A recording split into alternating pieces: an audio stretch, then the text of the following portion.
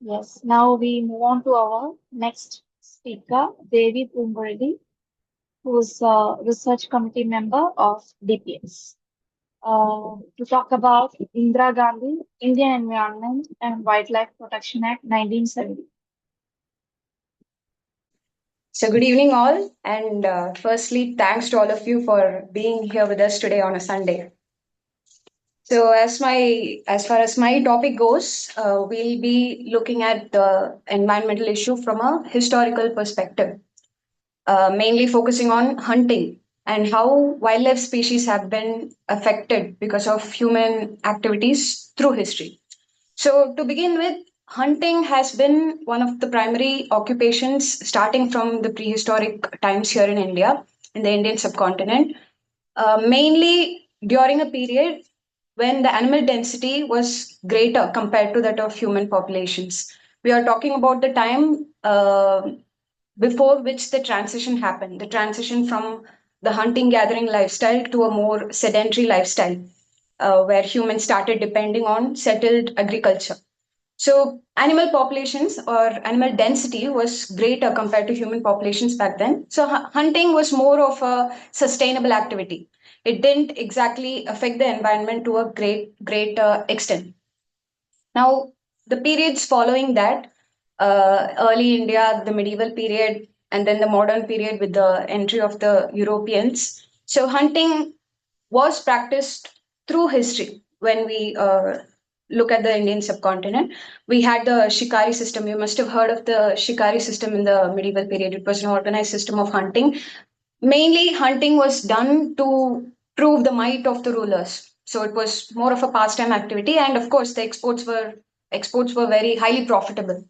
Now, with the entry of the Europeans and especially the British prior to the 19th century, wildlife species, especially big game like tigers, rhinoceros, elephants, were killed, slaughtered to a great extent. To give you a statistic, between the years 1875 and 1925, nearly 80,000 tigers were slaughtered.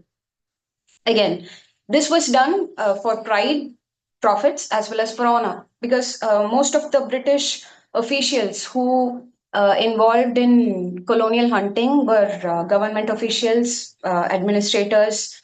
Then we had the military personnel as well, forest administrators. So all those who mainly involved in hunting, so they did this mainly for as part of sport hunting, also called trophy hunting. So they were celebrated. So this the number of tigers, the count of tigers they killed. So it basically they were celebrated back in the British mainland. So it was mainly done for that, and also profits. The goods, the animal products were sold in countries outside India for like very high prices, exorbitant prices. So this was a highly profitable industry for the British.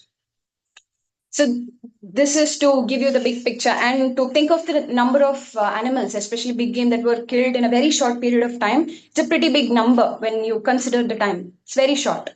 So when we talk about post-independence India, the environmental action and environmental legislation that was taken in this direction, the 1972 Wildlife Protection Act, which was passed under the Prime Ministership of Indira Gandhi, the reason why I chose this is because it's significant. For the first time, it brought global attention to environment as an area of primary concern.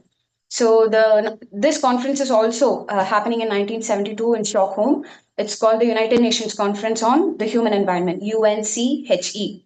And Indira Gandhi was personally invited by the UN Secretary General, Maurice Strong. One of the reasons why she was invited to deliver this special address is not only because India was one of the active member states of the UN, it was also because she shared concern for the environment and issues related to the environment. That's why India was invited. And this conference addressed environment as an area of primary concern, as I told you. And it also put forth India's stance, not only India, the developing countries of the global south, on where they stand in terms of environment. And it also laid the foundation for further debates and discussions on the development versus environment discourse, and also the climate change conundrum. So it was bringing the attention for the first time on a global scale. The conference itself was not greatly impactful, truth be told, but again, this was the first of its kind happening in in world history. That's why the Wildlife Protection Act 1972, which was passed following that, was also important.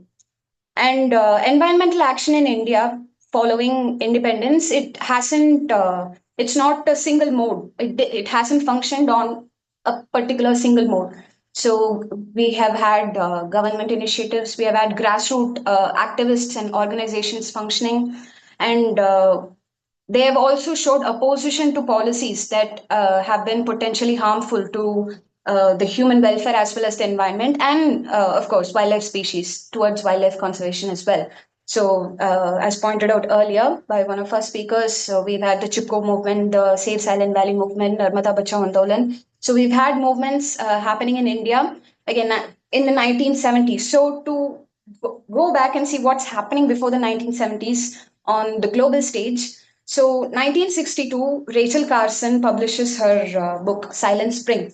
So in this particular work, she talks about how harmful synthetic pesticides are, and how activities were affecting the natural environment, like how humans were interacting with the natural environment and how this interaction is affecting the environment.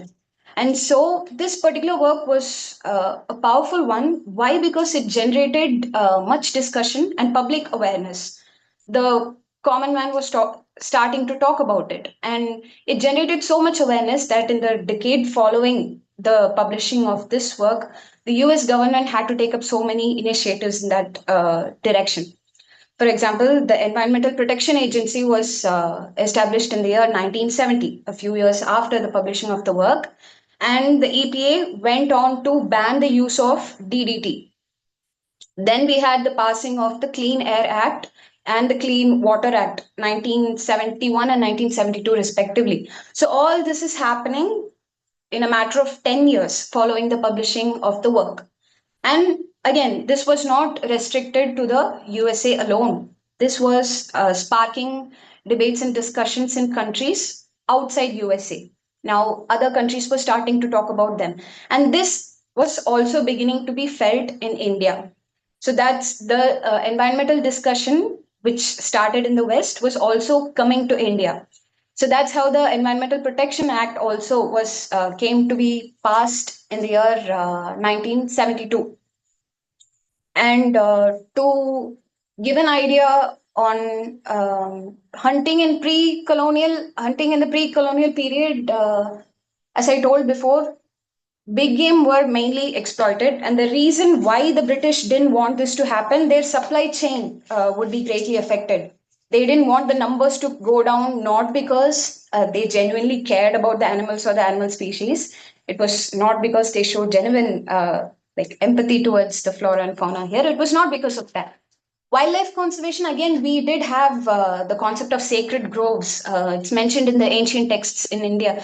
So people worshipped, especially indigenous communities and tribal communities, because they primarily depended on the forests for their everyday livelihood. So, and they believed that the forests were giving it to them, which is of course true. And we had forest deities. So the concept of wildlife conservation is not new to India, but the modern concept, which was introduced by the British during the later half of the 19th century, mainly because the effects of their indiscriminate killing of animals was beginning to take effect, and the British were viewing this in live time.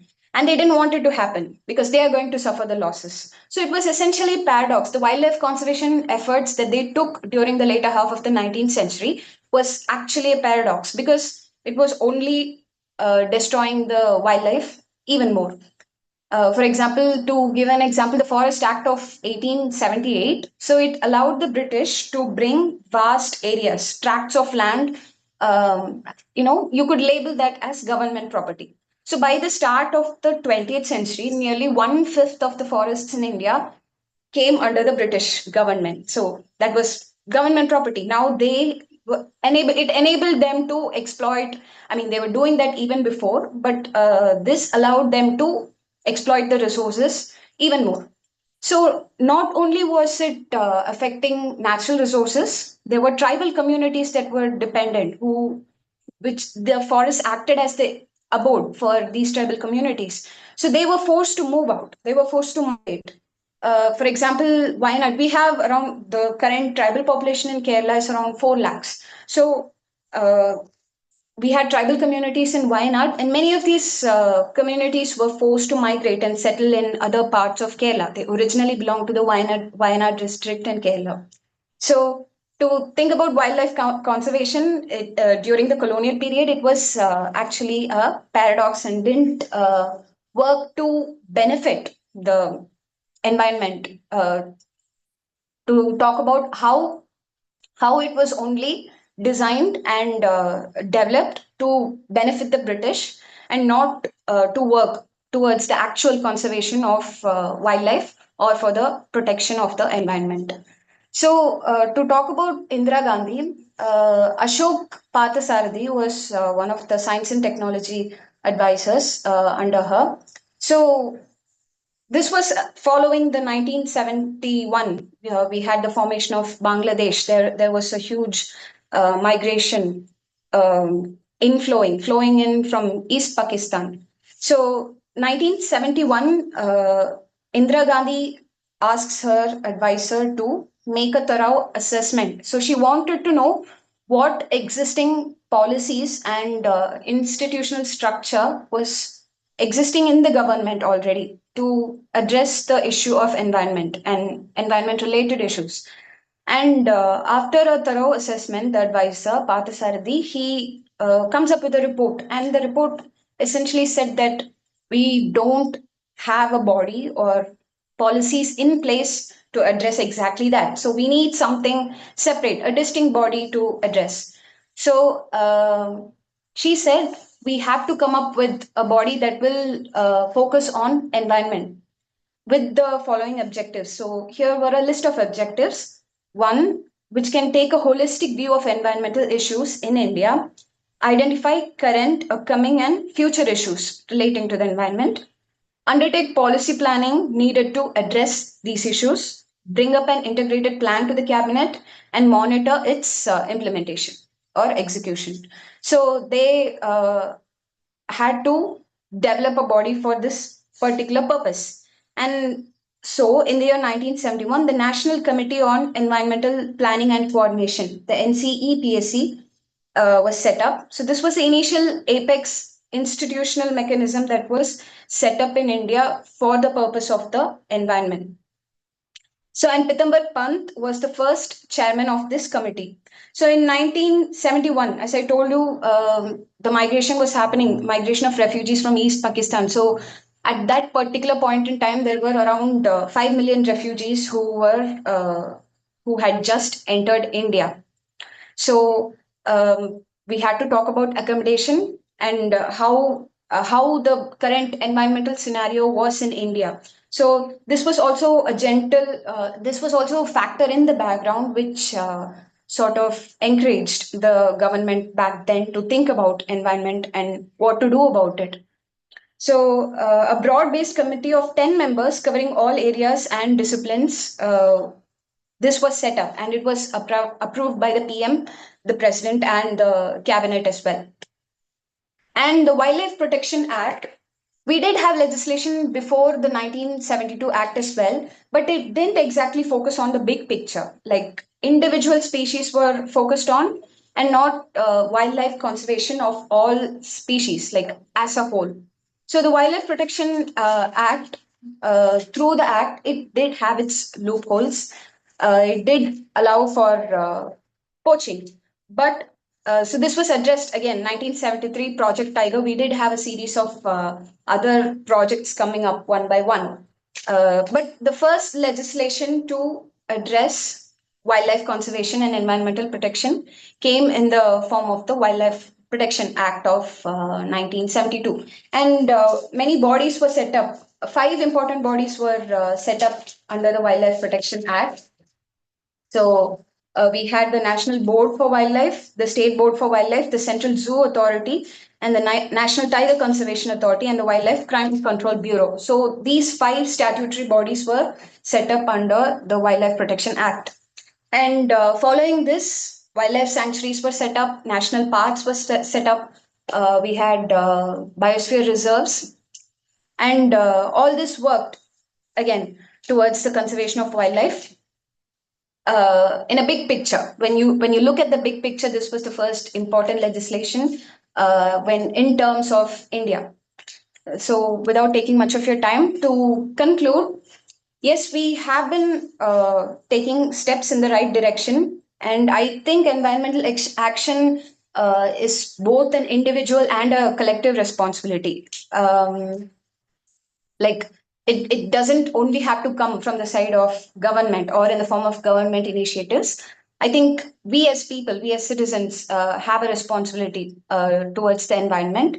And according to a recent report, I think July 2024, the Food and Agricultural Organization FAO published a report wherein India ranks third between the period of 2010 and 2020. Yes, that the period of 10 years, India has the highest regain of forest cover. So we have gained some forest cover in those 10 years, following China and Australia. So yes, steps are being taken in the right direction, and of course, we have other issues to address as well. Many forested lands taken away against people's will. So more awareness is needed here, and we need to mobilize people. We need to make them aware of how important, how human activities and our relationship with the environment, they go hand in hand. We are not independent of the environment. So how our activities influence the environment and vice versa. So it goes hand in hand, not as independent entities. So we need to make sure that we make people aware of that and work towards that. So environmental protection, again, to stress on that, I think is both an individual and collective responsibility. Thank you.